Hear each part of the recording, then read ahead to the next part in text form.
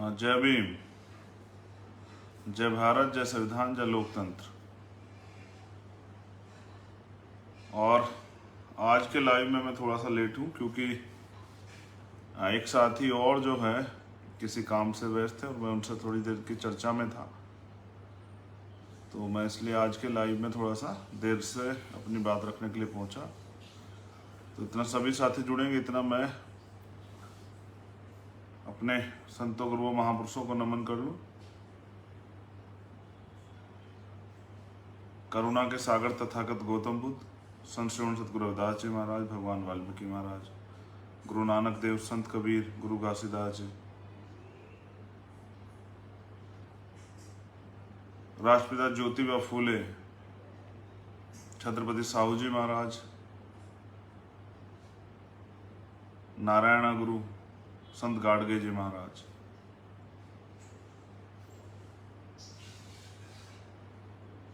पेरियर रामास्वामी नायकर, पेरे लल्ले यादव, बाबू जगदेव प्रसाद कुशवाहा, जननायक कपूरी ठाकुर, शहीद उधम सिंह, शहीद भगत सिंह, शहीद करतार सिंह सराभा,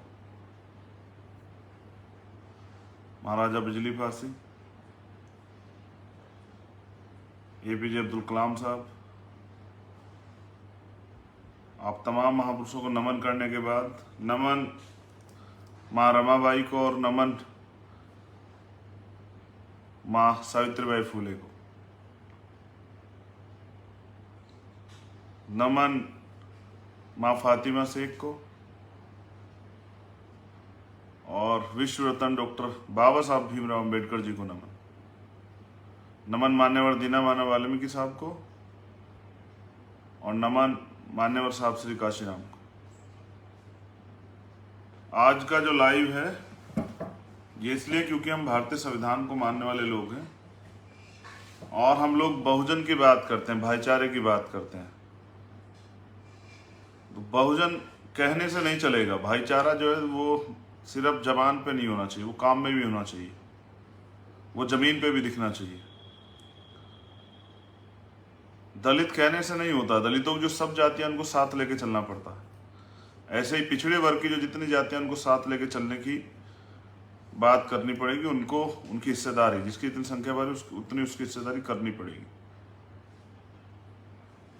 माइनॉरिटी को, मुसलमान को, सिख को, आदिवासी को, बुद्धिस्ट को, जैन को, पारसी को, सबको साथ लेके चलना पड़ेगा, उनके मुद्दों पे बात करनी पड़ेगी। लास्ट टाइम जो 2-3 आंदोलन हुए मैं उनको भी धन्यवाद करता हूँ। फिर मैं अपनी बात की शुरुआत करूंगा। हम लोग बहुजन साइकिल यात्रा उत्तर प्रदेश में चला रहे हैं। मैं खुद सहारनपुर, मुजफ्फरनगर, बिजनौर, मुरादाबाद, मेरठ, बुलंदशहर, आगरा, अलीगढ़, इटावा और गाजियाबाद में शामिल हो चुका हूँ और हम लोग पूर्वांचल की तरफ रुख करेंगे। आने वाले दिनों में हम लोग अम्बेडकर नगर, आजमगढ़, लखनऊ और किसी आसपास के जनपद में भी साइकिल यात्रा में शामिल होंगे। सभी जगह कार्यकर्ताओं ने बहुत मेहनत की है। कल गाजियाबाद में कार्यकर्ताओं ने बहुत मेहनत की थी, नेताओं ने, हमारे पदाधिकारी, मैं आप सबका धन्यवाद करता हूं। और जो कार्यकर्ता पूरे प्रदेश में, उत्तराखंड में भी साइकिल यात्रा चला रही उत्तराखंड की टीम, मैं वहां की भीम आर्मी और आजाद समाज पार्टी की टीम का धन्यवाद करता हूँ। लेकिन उत्तर प्रदेश में जो कार्यकर्ता हम लोग देख रहे हैं कि सुबह शाम दिन रात, बारिश, आंधी, धूप,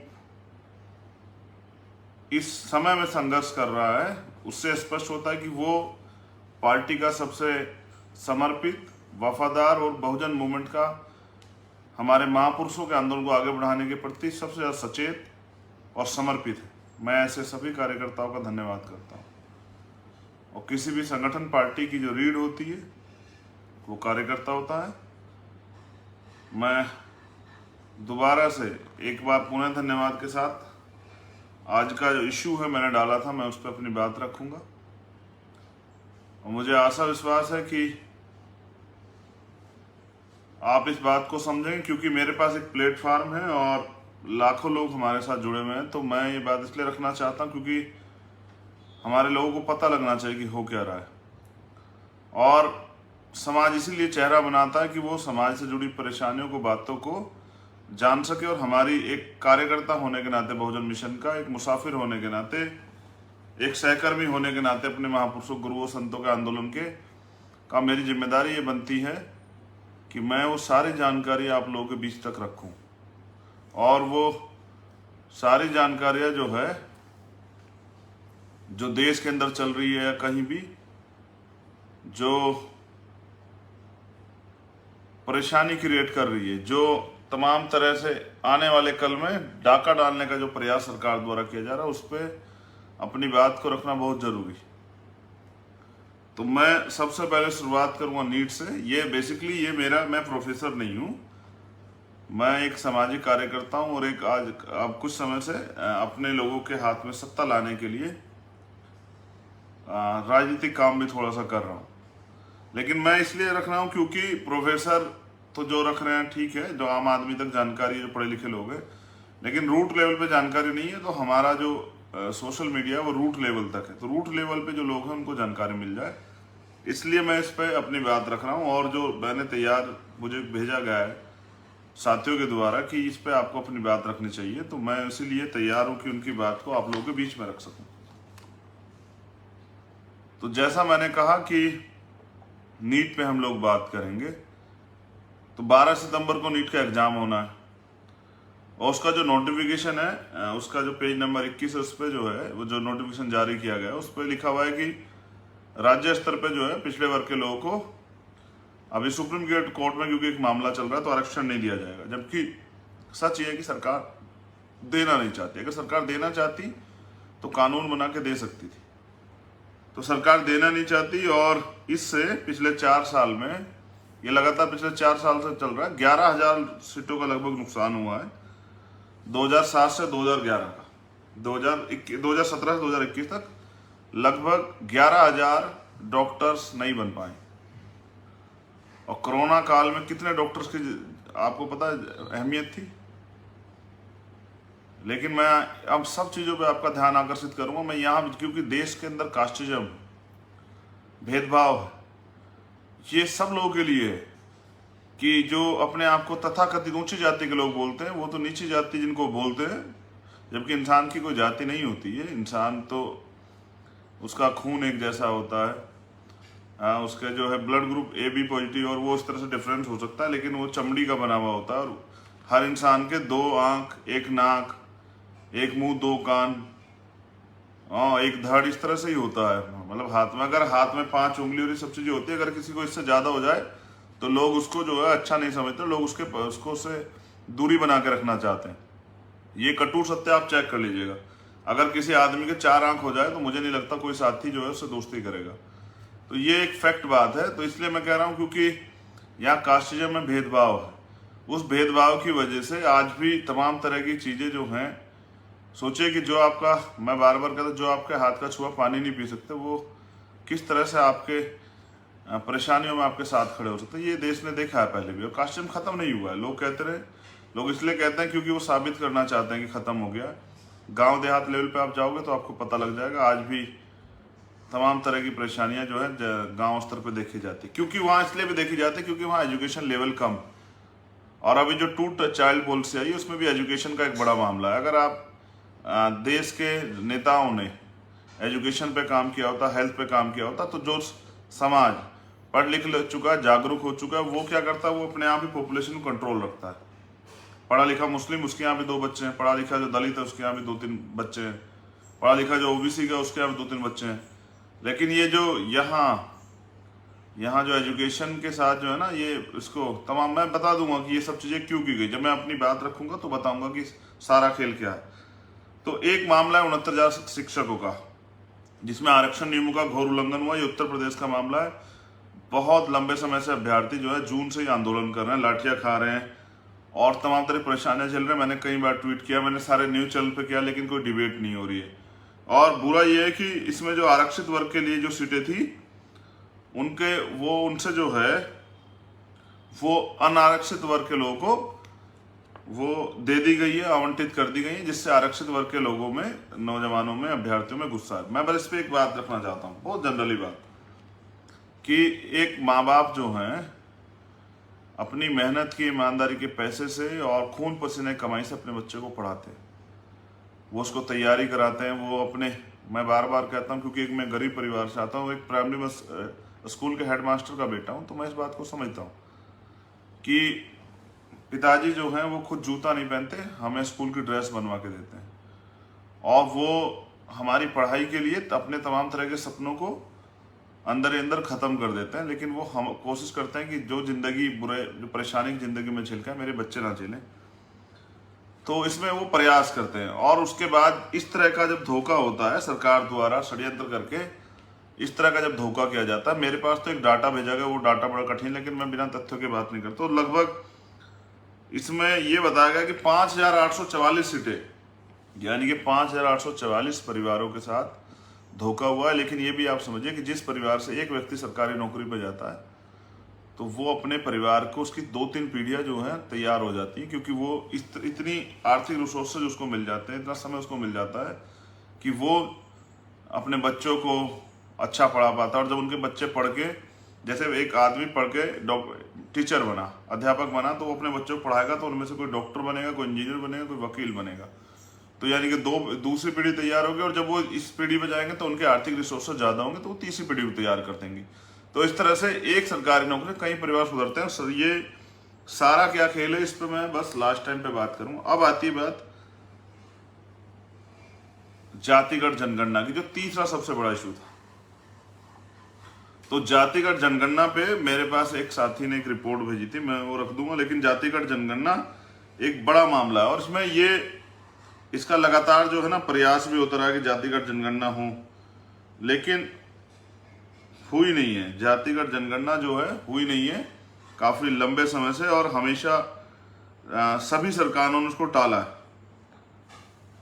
और मैं इस पे एक रिपोर्ट मेरे पास थी, अगर मेरा मन तो इसको पढ़ के सुनाने का, लेकिन ये पढ़ के सुनाने से अच्छा मैं इसको ज़रा सा बस डिफाइन कर देता हूँ आपके सामने, हल्के शब्दों में रख देता हूँ कि आपको जानकारी हो जाए।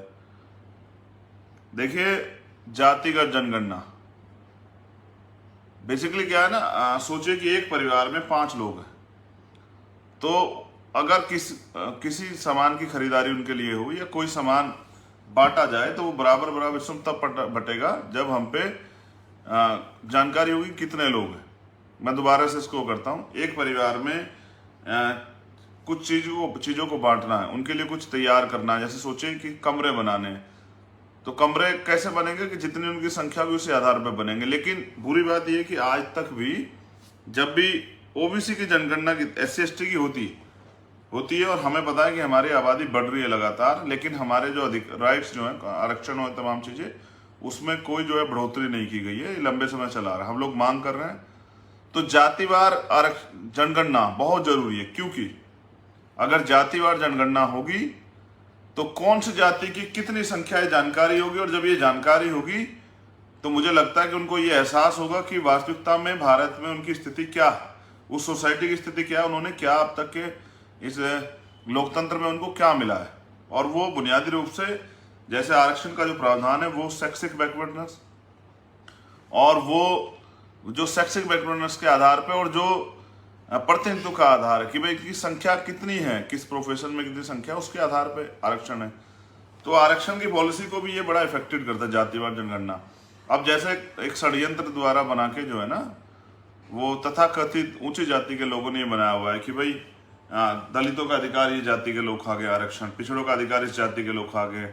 सच ये है कि अगर वास्तविकता में जातिगत जनगणना हो, जातिवार जनगणना हो, और किस जाति के पे क्या क्या रिसोर्सेज ये पता लगे, तो आपको पता लगेगा कि 90% लोग जो हैं इस देश में किसी तरह अपने जीवन को जी रहे हैं।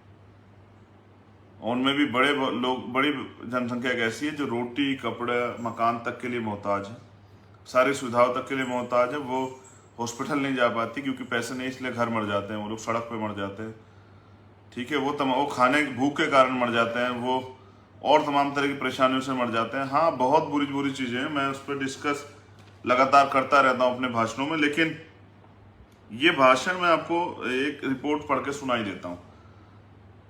2011 में भारत में जाति जनगणना कराने के लिए भारत जो है 2011 में जातिगत जनगणना कराने के लिए बहुत करीब पहुंच गया था। लोकसभा में इस बात पर आम सहमति बनती दिखी कि जाति जनगणना कराई जाए, लेकिन मनमोहन सिंह सरकार के कुछ मंत्रियों, जिनमें प्रणब मुखर्जी, नाम याद रखें, और पी चिदम्बरम प्रमुख थे, जो कुछ प्रभावशाली नौकरशाहों ने तकनीकी पेंच फंसाकर कि इससे जनगणना की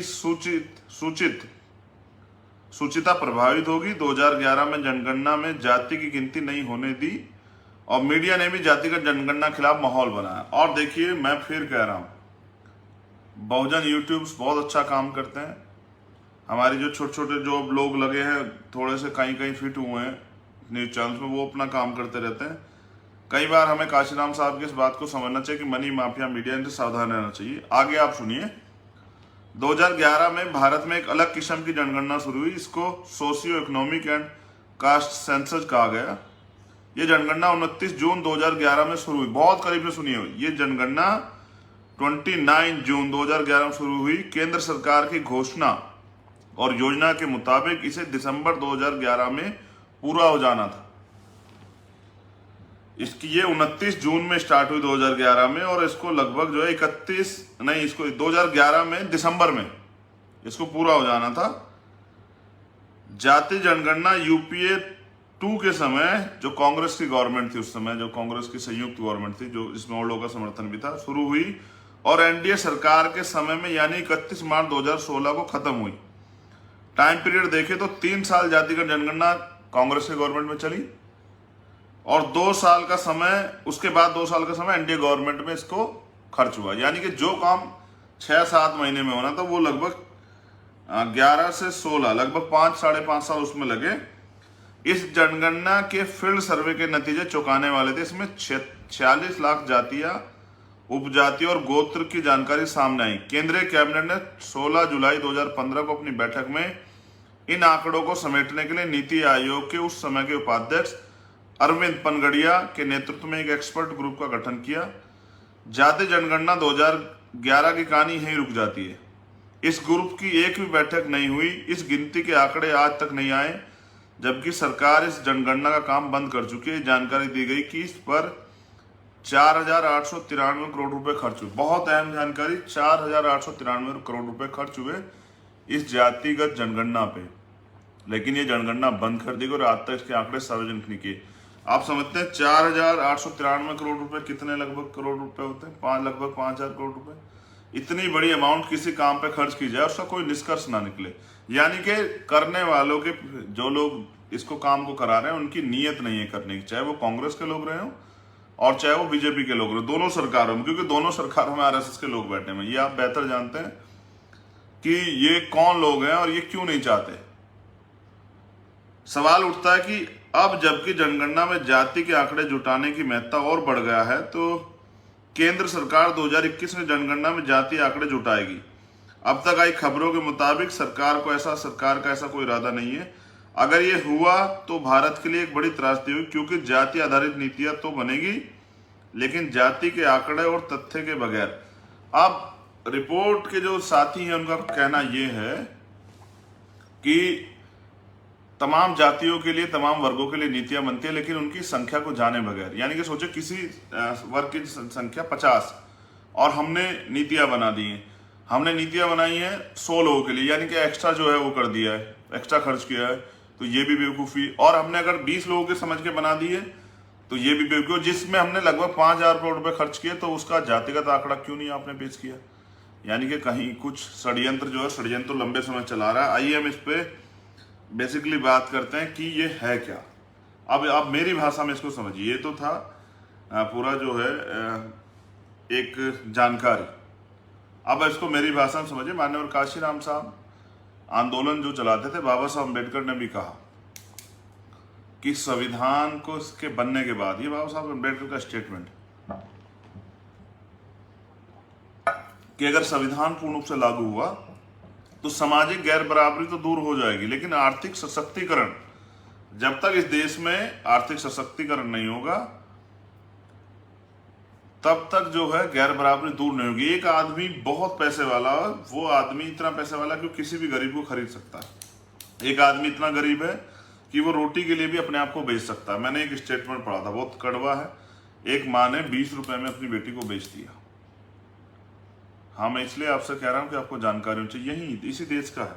अभी कुछ दिन पहला तो किसी पत्रकार ने उनसे पूछा कि माँ ही मतलब उन्होंने कहा वो मैंने तो मैं हमेशा एक मेरे अंदर से एक फीलिंग, क्योंकि हमारे महापुरुषों ने सिखाया माताओं बहनों को सम्मान करना।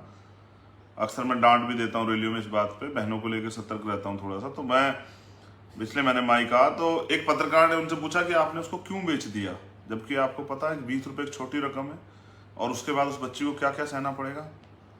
तो उस माँ के कुछ शब्द थे, वो ये थे, बहुत डरावने, बहुत अजीब, क्योंकि माँ माँ होती है, ऊपर आसमां और नीचे माँ, इनका कोई सार नहीं है। बहुत अमृत, आप समझिए कि त्याग, समर्पण, बलिदान, तमाम तरह को अगर आपको देखना हो और कहीं अगर आपको देवी देवता को देखना हो तो माँ को देखिए, पिताजी को देखिए, यही सबसे बड़ा फैक्ट मैं मानता हूँ। गुरु को देखिए। तो मैं ये कह रहा था, उनका बयान ये था कि ये मुझे पता है कि इसको जो है शारीरिक रूप से इसको नुकसान होगा, इसका रेप होगा, इसको सताया जाएगा, इसको मानसिक परेशानी होगी, लेकिन मैं ये नहीं चाहती कि भूख से मर जाए। ये भारत के हालात है। और अभी चित्रकूट में एक आज तक की एक महिला जर्नलिस्ट ने एक स्टोरी की थी जो लॉकडाउन के समय की थी, जहां बच्चियां जाती थी चित्रकूट टाइप, एक चित्रकूट में एक जगह पे काम करने के लिए, खाद्यान्न या कुछ इस तरह की जगह है वो, और वहाँ वो लोग जो हैं वो काम नहीं कराते थे, वहाँ वो उनका शारीरिक शोषण करते थे। और वो उसके बच्ची के स्टेटमेंट है ये, उसने खुद कहा है कि वो पैसे देते थे कि कल को ये खरीद के लाना, ये खुशबू और ये पाउडर और ये लिपस्टिक विस्टिक लगा के लाना।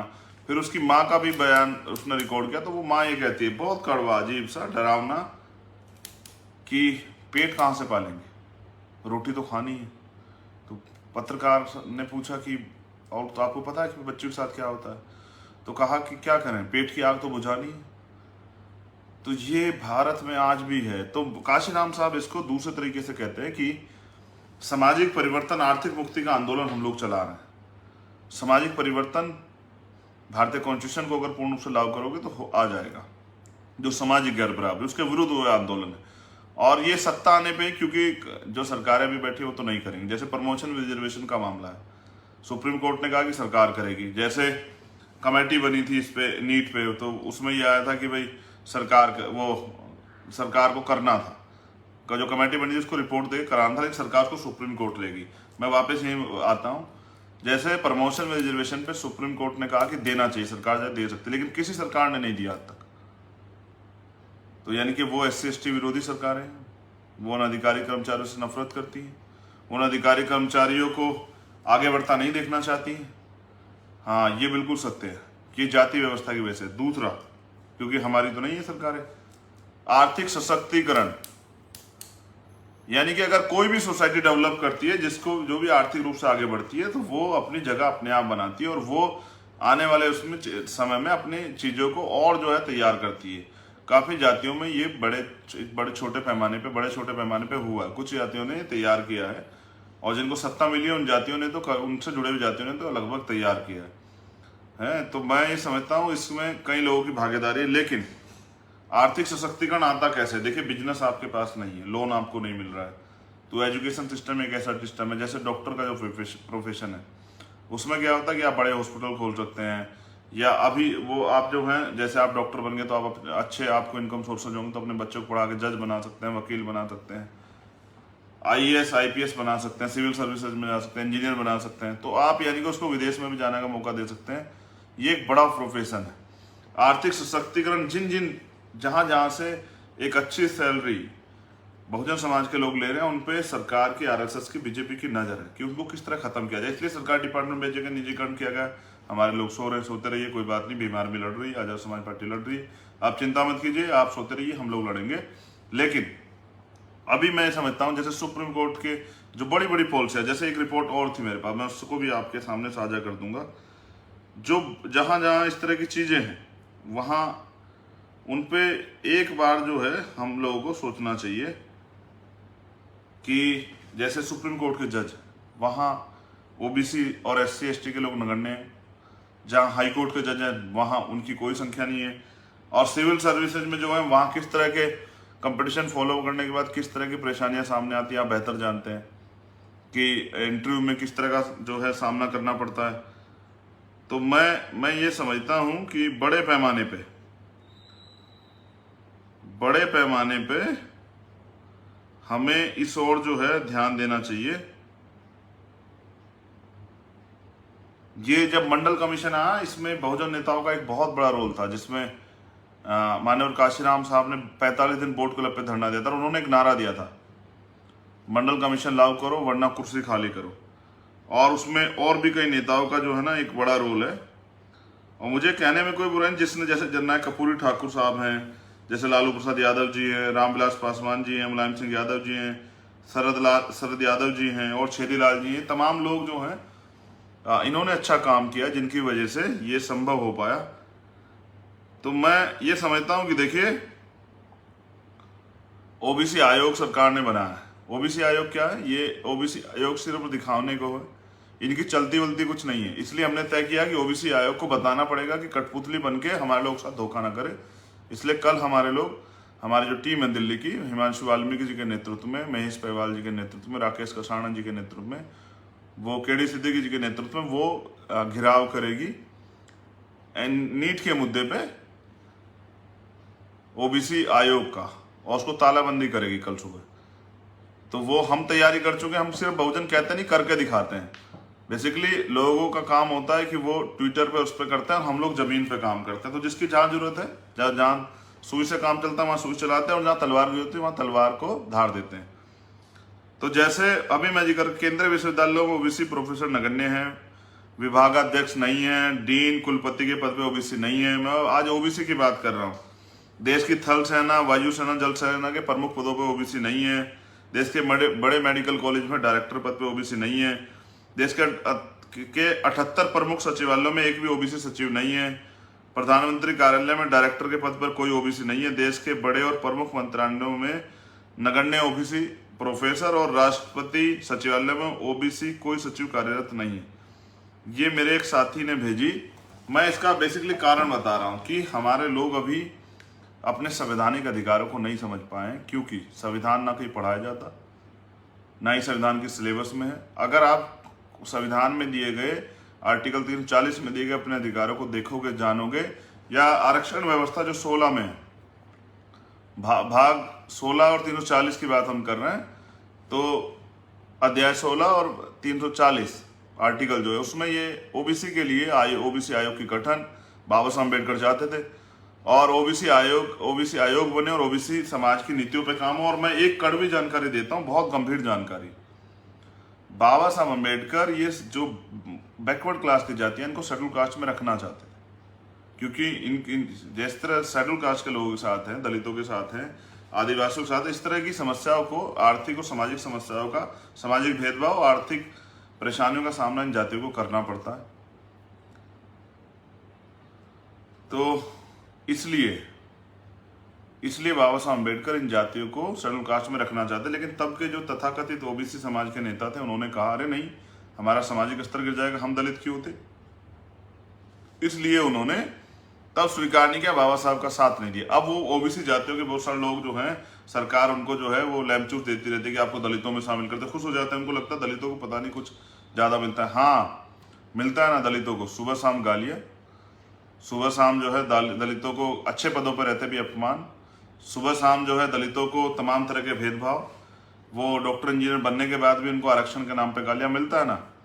इसलिए जो है आज उनको लगता है कि आरक्षण में दलित आगे बढ़े। नहीं, दलित आरक्षण से के ज्यादा अपनी मेहनत से आगे बढ़े, क्योंकि उन्होंने बाबा साहब अम्बेडकर को अपनाया, उन्होंने अपने महापुरुषों, संतों, गुरुओं को अपनाया है और उनकी बातों पर वो चले, इसलिए वो आगे बढ़े। कोई घर से पढ़ के नौकरी नहीं देता, वो लोग संघर्ष करते हैं, मेहनत करते हैं, आगे निकलते हैं, परेशानियों को झेलते हुए, अपमान को झेलते हुए वो बदले की नहीं, बदलाव की भावना से आगे बढ़ रहे हैं, इसलिए आगे बढ़ रहे हैं। और बाबा साहब तो चाहते थे आप सब लोगों को लेके आना, लेकिन तब आप लोग, आपके नेताओं ने नहीं आने दिया। तो मैं तो अभी भी स्वागत करूंगा अगर ओबीसी जातियों को, जैसे जो मोस्ट बैकवर्ड की जातियां, जिनको ज्यादा परेशानी है सामाजिक स्तर पर, जिनके साथ बराबर के ऐसे ही भेदभाव होते हैं जैसे दलितों के साथ, अगर सरकार उनको बार बार कहती है 17 जातियों को डाल रहे हैं बीच, मैं तो स्वागत करता हूं, लेकिन मैं कहता हूं कि हमारे परिवार में 17-18 लोग परिवारों का एक बड़ा समूह आप साथ रहना चाहते हैं, तो बेसिकली जो आरक्षण उनको वहां मिल रहा है उसको यहाँ जो है ट्रांसफर करवा दें उसकी संख्या को। और ये जो 50% की सीमा के नाम पे आपने जो है ना ओबीसी के साथ छल किया आज तक, ओबीसी समाज को जो है बेवकूफ बनाने का काम किया, ओबीसी समाज को जो है सुप्रीम कोर्ट और हाई कोर्ट के जरिए और तमाम तरह से सरकारों में बैठ के ओबीसी समाज को जो हक हड़पने का काम किया है। 52% ओबीसी हमारे पंपलेट में है, जातिगत जनगणना 52% ओबीसी को 27% आरक्षण क्यों और 27% में भी झोल क्यों जैसे यूपी में हुआ।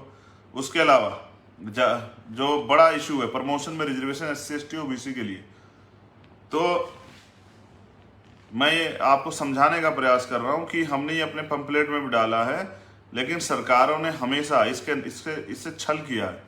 जब 10% आर्थिक आधार पर आरक्षण 48 घंटे के अंदर लागू हो जाता है EVS के लिए, मुझे उनसे कोई परेशानी नहीं है, ठीक है, अगर उनको कोई समस्या है तो उनकी दूर कीजिए। तो ओबीसी को व्यवस्था के नाम पे 27% आरक्षण क्यों, 52% आबादी और गिनती कराओगे तो 52% ज्यादा होगी, तो उनको उतना ही अधिक आरक्षण क्यों नहीं देते।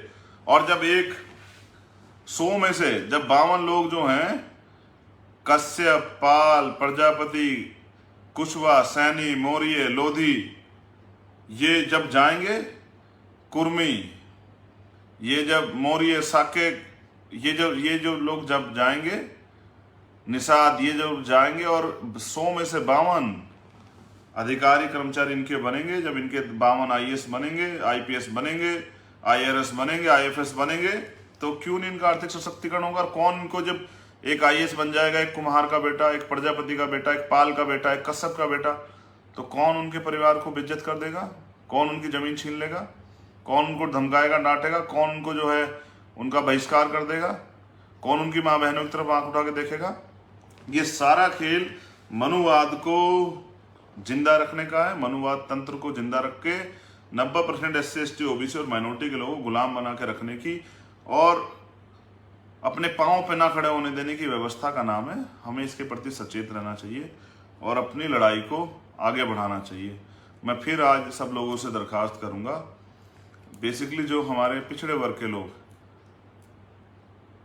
जिनकी जातियों के नाम, उपजातियों के नाम मैंने अभी दोहराए थे, बहुत बड़ी 6743 जातियां हैं। हमारा जो अभी बहुजन साइकिल यात्रा चल रही है वो यही सी बात पे चल रही है कि जाति तोड़ो, समाज जोड़ो, भाईचारा बनाओ। और क्योंकि अपने अधिकारों की ये आंदोलन अधिकारों का है, तो अपने अधिकारों की प्राप्ति के लिए हमें एकजुट होकर लड़ाई लड़नी चाहिए। क्योंकि जो लोग हमारे विरोध में, वो आगे भी हमारे विरोध में रहने वाले हैं। और जो लोग कहते हैं ना जिनसे समझौता होता है उनसे संघर्ष नहीं होता, और जिनसे संघर्ष होता है उनसे समझौता नहीं होता। तो मैं इसलिए 15 बनाम 85 की बात करता हूं कि 85% बहुजन समाज को माननीय काशीराम साहब ने रास्ता दिखाया था, उस पर एकजुट होकर राजनीतिक सत्ता लेनी चाहिए। और राजनीतिक सत्ता अपने हाथ में लेके कानून बनाने की ताकत जब आपके हाथ में आ जाए, तो उससे आपको अपने लिए नीतियां बना के आगे बढ़ना चाहिए और अपने सामाजिक और आर्थिक विकास के बारे में सोचना चाहिए। इसलिए भाईचारा बनाने के लिए, क्योंकि काशीराम साहब कहते थे कि जिस समाज की राजनीतिक जड़ें मजबूत नहीं होती उसकी राजनीति कभी कामयाब नहीं होती। इसलिए हम लोग ये साइकिल यात्रा निकाल रहे हैं और ये साइकिल यात्रा अभी 21 तारीख तक चलेगी। उसके बाद जो कुछ होगा उससे पहले मैं शायद आपको सूचित कर दूं। तो ये जानकारी, और इस पे हम लोग लड़ेंगे। मैं ये भी बता दूं कि जब मैं 21 तारीख को लखनऊ पहुंचूंगा तो मैं 69,000 शिक्षक भर्ती पे, क्योंकि बहुत सारे लोगों के मैसेज हैं और मैं इनकी इस पीड़ा को समझते, उस परेशानी को समझते, मैंने आज प्रधानमंत्री को पत्र भी लिखा है। मुझे पता है वो तो कुछ नहीं करेंगे, वो तो तथाकथित पिछड़ी जाति के खुद को बताते हैं जब उनको वोट लेनी होती है। तो इसलिए हमने ये भी तय किया कि हम लोग जो है इस पे एक आरक्षण की, एक आंदोलन की जो है घोषणा करेंगे। 21 तारीख को हम लोग चर्चा करेंगे वहां साथियों से बैठ के। जो 69,000 शिक्षक भर्ती में लगभग 6,000 के करीब जो है दलित पिछड़ों के परिवारों को जो है ना उनके हक मारी की गई। इस पे एक बड़ा आंदोलन, क्योंकि उन लोगों ने तो बहुत दिन लाठियां खा ली, वो तो बेचारे वोट भी देते हैं और लाठी भी खाते हैं, लेकिन राजनीतिक दल की आवाज नहीं उठाते। तो बाबा साहब अम्बेडकर के इस नारे को, एजुकेट, एजिटेट, ये जो ऑर्गेनाइज, ये जो नारा है बाबा साहब अम्बेडकर का, इस पे हमें काम करना चाहिए। हमें संगठित रहना चाहिए, संघर्ष करना चाहिए और हमें इस लड़ाई को, मतलब हमें शिक्षित बनना चाहिए, संगठित रहना चाहिए, संघर्ष करना चाहिए। तो शिक्षित हम लोग हो रहे हैं, संगठित हम लोग बहुजन साइकिल यात्रा के माध्यम से कर रहे हैं और लड़ाई को समझिए। संघर्ष करने का समय आ चुका है।